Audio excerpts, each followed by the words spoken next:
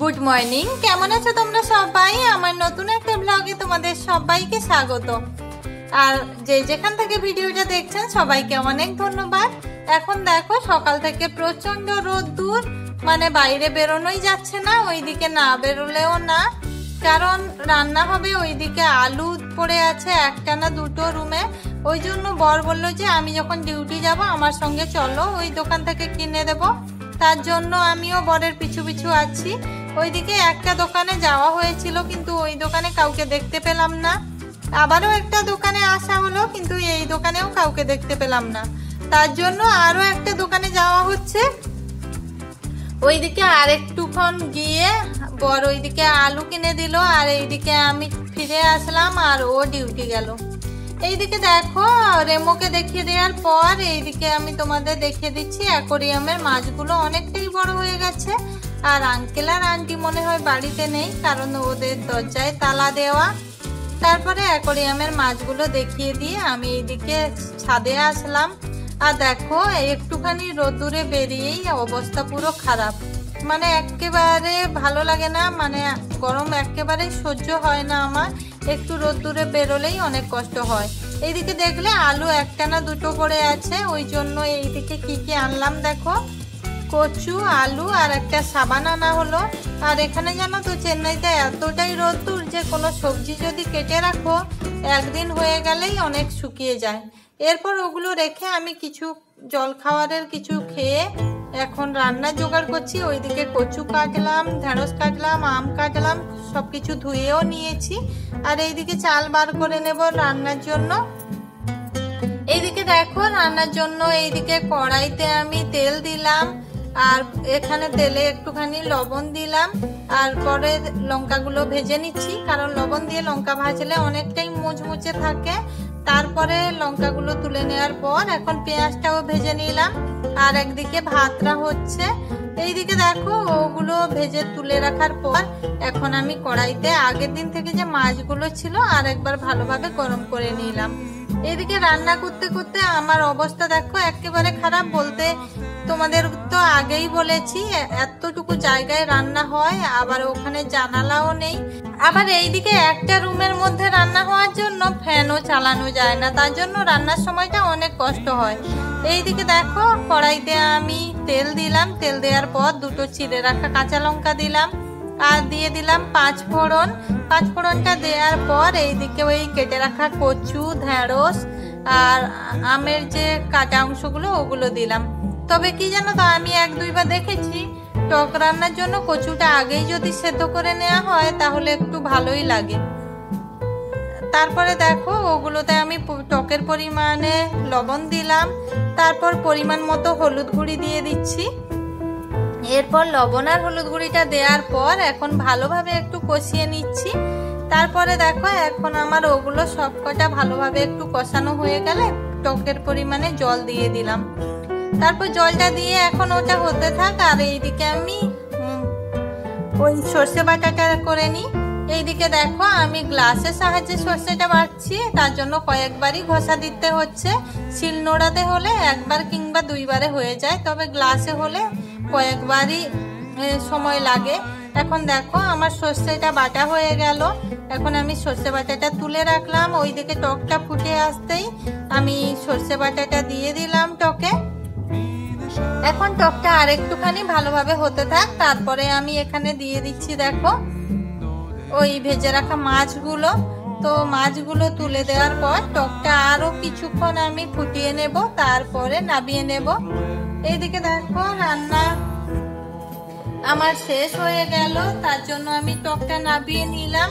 আর আজকে আর বাটিতে নিলাম না, কারণ অনেকটাই টক, ওই বাটিটাতে হবে না, তার জন্য কড়াইতেই আছে। আর এইদিকে দেখো ওই যে শুকনো লঙ্কা ভেজে রাখছিলাম, পেঁয়াজ ভাজা করে রাখছিলাম, আর এখন একটু কাঁচা পেঁয়াজ কুচিও করে নিলাম। আর এখন আলুটা মেখে নেব। ওইদিকে দেখো পরিমাণ মতো লবণ নিলাম, আর লবণের সঙ্গে লঙ্কাটা মেখে নিলে না লঙ্কাটা বেশ ভালোই গুঁড়ো হয়ে যায়, না হলে শুধু লঙ্কা মাখলে অতটা মানে গুঁড়ো হয় না। এরপরে দেখো আমি লবণের সঙ্গে ভালোভাবে মেখে নেওয়ার পর এখন পরিমাণ মতো তেল দিয়ে দিলাম, আর তারপরে আমি ওই পেঁয়াজ কুচিগুলোর সঙ্গে শুকনো লঙ্কাটা ভালোভাবে মেখে নিলাম। এরপর আমি আলু মাখাটা করে নিচ্ছি। আর আলুগুলো না ভাতেই দিয়ে দিয়েছিলাম, তার জন্য ভালোভাবেই সেদ্ধ হয়ে গেছে। এখন দেখো আমার আলু মাখাটা তৈরি। তো এখন ওগুলো রেখে দিলাম। তারপরে ওগুলো রান্না শেষ হওয়ার পরেই বর আসলো। আর বর দেখো এখন কি আনলো, এইদিকে রসনা আনলো। আর এই সময়ে এখন এটা খেয়ে আমার যে কতটা ভালো লাগছে তোমাদের বলে বোঝাতে পারবো না, কারণ এমনিতেই তো আমার ঠান্ডা খেতে খুব ভালো লাগে। আবার ওইদিকে রান্না শেষ করলাম, এখন প্রচুর গরম লাগছে। আর এই গরমের সময় এটা পেয়ে কতটা ভালো লাগছে। আর আমি ঠান্ডা খেতে ভালোবাসি বলে বর মাঝে মাঝেই কোল্ড ড্রিঙ্কস, আইসক্রিম ওই সব আনে। তারপর ওটা খেয়ে নিয়ে রান্নার বাসনগুলো ধুয়ে এখন চান শেষ করে নিলাম। চান শেষের পর এখন দেখো ঠাকুরে ফুল দেওয়ার জন্য আসলাম। তবে জবা ফুলটা কত সুন্দর লাগছে দেখো, একদিকেই সব ফুলগুলো হয়েছে। আর এইদিকে দেখো আমার ইচ্ছেও করছে না যে ফুলগুলো তুলে ফেলি, কিন্তু ওইদিকে ঠাকুরেও দিতে হবে, তার জন্য কি করব, সবগুলো ফুল তুলতে হচ্ছে। আর এমনিতে আমার গাছে যদি ফুল সাজানো থাকে আমার খুব ভালো লাগে। তারপরে দেখো ফুলগুলো আমি তুলে নিলাম, তুলে নিয়ে কয়েকটা তুলসী পাতাও তুলে নিচ্ছি। ওইদিকে তুলসী পাতাগুলো তোলার পর এখন রুমে এসে আমি ঠাকুরে ফুল দিয়ে দিলাম। আর জবা ফুলের কালারটা দেখো সত্যি অনেক সুন্দর লাগছে। ওইদিকে বাড়িতে থাকলে আমি অনেক ফুল গাছ লাগাতে ভালোবাসি, তার জন্য বাড়িতে থাকলে অনেক কটা গাছই লাগাতাম। এইদিকে দেখো ঠাকুরে ফুল দেওয়া হয়ে যেতে আমি আর বর খেয়ে নিলাম। খেয়ে নিয়ে একেবারে বিকেলে তোমাদের সঙ্গে দেখা করছি। আর বিকেলের বেলায় বর ওইদিকে ডিউটি বেরোলো আবার। আর ওইদিকে কিছু গন্ডগোল একটা হচ্ছে, কারণ অনেকেই দাঁড়িয়ে আছে ওখানে, তার জন্য দেখছো ওইখানে বর দাঁড়িয়েছিল আর এখানে আরেকজন দাঁড়িয়েছিলেন।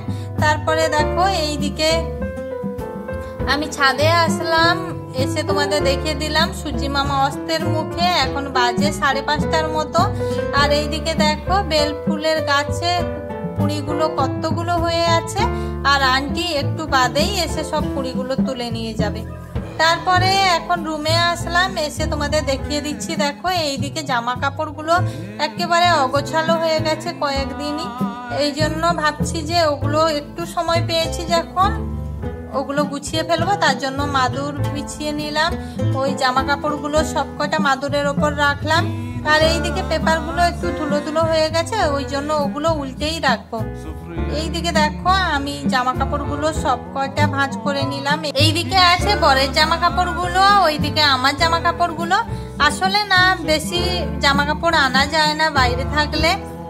আর ওইদিকে দেখো সমস্ত জামা কাপড়গুলো আমি ওখানে তুলে রাখলাম। আর কয়েকদিন আগেই আমার কিছু জামা কাপড় পাঠিয়ে দিয়েছি, আমার গ্রামের একটা ভাই আসছিল এখানে, ওর হাতে। আর এইদিকে দেখো লকডাউনের সময় থেকেই মাস্কগুলো গোছানো, তবে কয়েকটা হারিয়ে গেছে আর কয়েকটা আছে। আর এইদিকে আমার দুটো মানি পার্স। তো তারপরে ওগুলো গুছিয়ে রাখার পর এইদিকে দেখো আমি দুপুরে আজকে সময় পাইনি, তার জন্য এখন একটু ঘরটা মুছে নেব।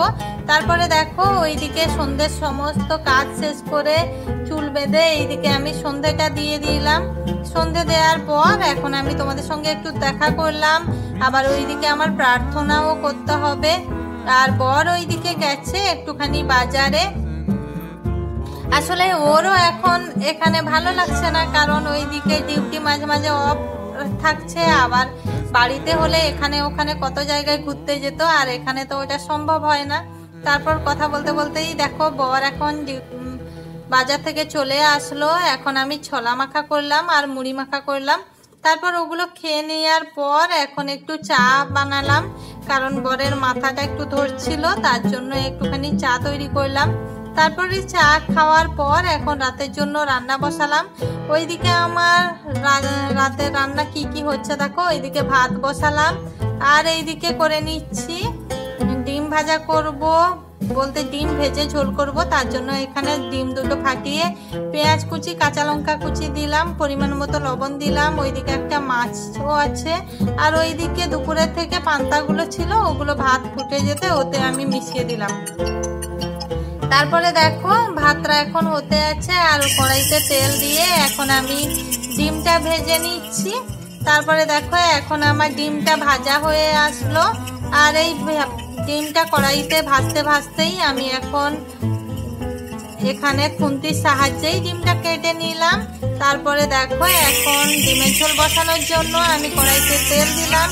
তেল দিয়ে ওইদিকে পেঁয়াজ কুচি তুলে দিলাম আর ছিঁড়ে রাখা লঙ্কা দিলাম। তারপরে পরিমাণ মতো লবণ দিয়ে দিলাম। লবণ দেওয়ার পর এইদিকে দেখো আমি টমেটো কুচিটা তুলে দিলাম। টমেটো কুচি তুলে দেওয়ার পর এখন আমি আদা রসুন পেস্ট, পেঁয়াজ পেস্ট তুলে দেওয়ার পর ওখানে পরিমাণ মতো হলুদ গুঁড়ি, লঙ্কার গুঁড়ি দিয়ে দিলাম। তারপর ভালোভাবে কষিয়ে এখন ঝোলের পরিমাণে জল দিলাম। ওইদিকে ডিম ভাজাগুলো তুলে দিলাম। তারপরে দেখো ডিম ভাজাগুলো তুলে দেওয়ার পর আমি কিছুক্ষণ ফুটিয়ে নেব। আর সবশেষে আমার এইদিকে রান্না হয়ে গেল। ওই যে মাছটা ছিল ওটা ভাজা করে নিয়েছি অল্প একটু লঙ্কা গুঁড়ি আর একটুখানি লবণ দিয়ে। তারপরে এখন দেখো ঝোলটাতে আমি একটুখানি গরম মশলার গুঁড়ি দিয়ে দিলাম। দেওয়ার পর আমি আর বর রাতের খাওয়া শেষ করলাম। তো সব শেষে আমি তোমাদের সঙ্গে এখন দেখা করে নিচ্ছি। যেহেতু আমার চ্যানেলটার নাম ডেলি লাইফস্টাইল, তার জন্য প্রত্যেক দিন কি কি করি সবটাই তোমাদের সঙ্গে শেয়ার করি। আর আজকের ব্লগটা এ পর্যন্তই। কার কাছে কেমন লাগলো কমেন্ট করে জানিও। সবাই একটা করে লাইক করে দিও। সবাই সুস্থ থেকো, ভালো থেকো। যারা নতুন আজকে আমার ভিডিও দেখছেন চ্যানেলটা সাবস্ক্রাইব করে রাখতে পারেন নতুন ভিডিও পাওয়ার জন্য। সবাইকে শুভরাত্রি।